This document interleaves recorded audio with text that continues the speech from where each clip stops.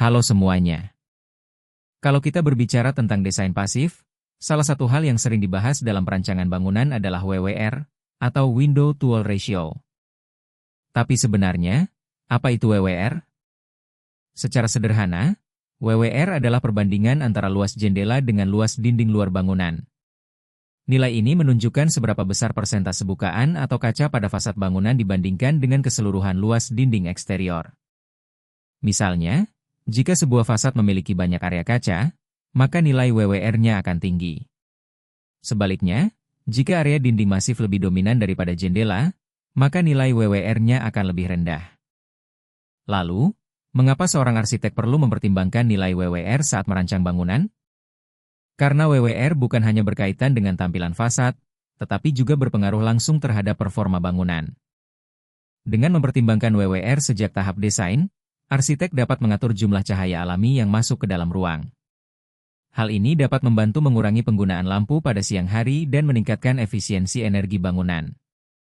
Selain itu, WWR juga memengaruhi kenyamanan termal ruang. Bukaan yang dirancang dengan tepat dapat membantu menciptakan ruang yang lebih nyaman tanpa terlalu bergantung pada sistem pendingin udara. Dalam konteks iklim tropis, pertimbangan WWR menjadi semakin penting.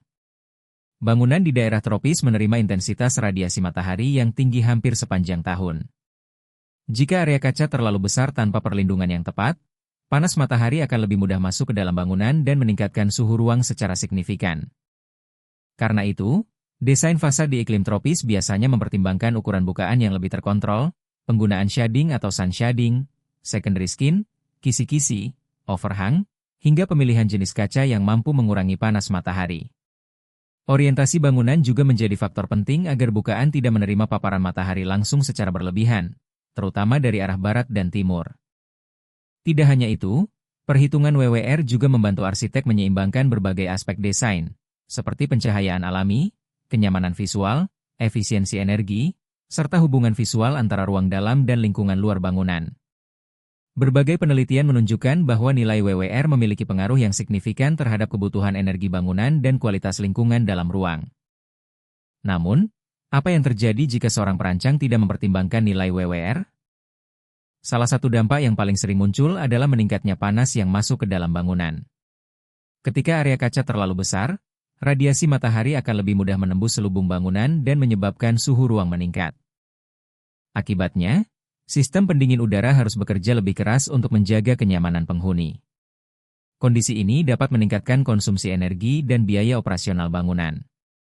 Penelitian bahkan menunjukkan bahwa peningkatan nilai WWR dapat meningkatkan kebutuhan energi pendinginan secara signifikan. Selain itu, bukaan yang terlalu besar juga dapat menimbulkan masalah silau atau glar. Cahaya matahari yang berlebihan dapat mengganggu aktivitas pengguna ruang, terutama pada ruang kerja, ruang belajar, maupun ruang yang menggunakan layar komputer.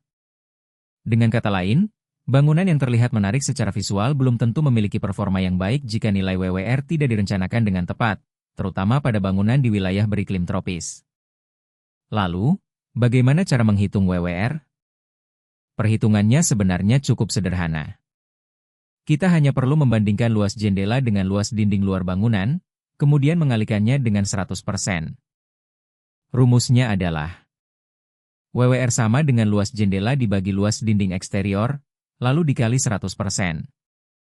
Sebagai contoh, jika sebuah fasad memiliki luas dinding sebesar 40 meter persegi, dan total luas jendelanya adalah 12 meter persegi, maka nilai WWR dapat dihitung dengan membagi 12 dengan 40, lalu dikalikan 100%. Hasilnya adalah 30%. Artinya, 30% dari luas fasad tersebut merupakan area jendela atau bukaan.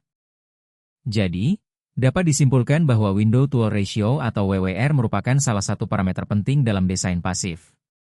Dengan memahami dan menghitung WWR secara tepat, arsitek dapat merancang bangunan yang tidak hanya menarik secara visual, tetapi juga lebih nyaman, lebih efisien, dan lebih hemat energi dalam operasionalnya, khususnya pada bangunan di iklim tropis. Sebagai penutup, dengan perencanaan WWR yang tepat, bangunan dapat merespons panas matahari secara lebih optimal dan menciptakan ruang yang lebih nyaman bagi penggunanya. Jika video ini bermanfaat, jangan lupa untuk like, subscribe, dan ikuti terus channel ini untuk konten arsitektur lainnya.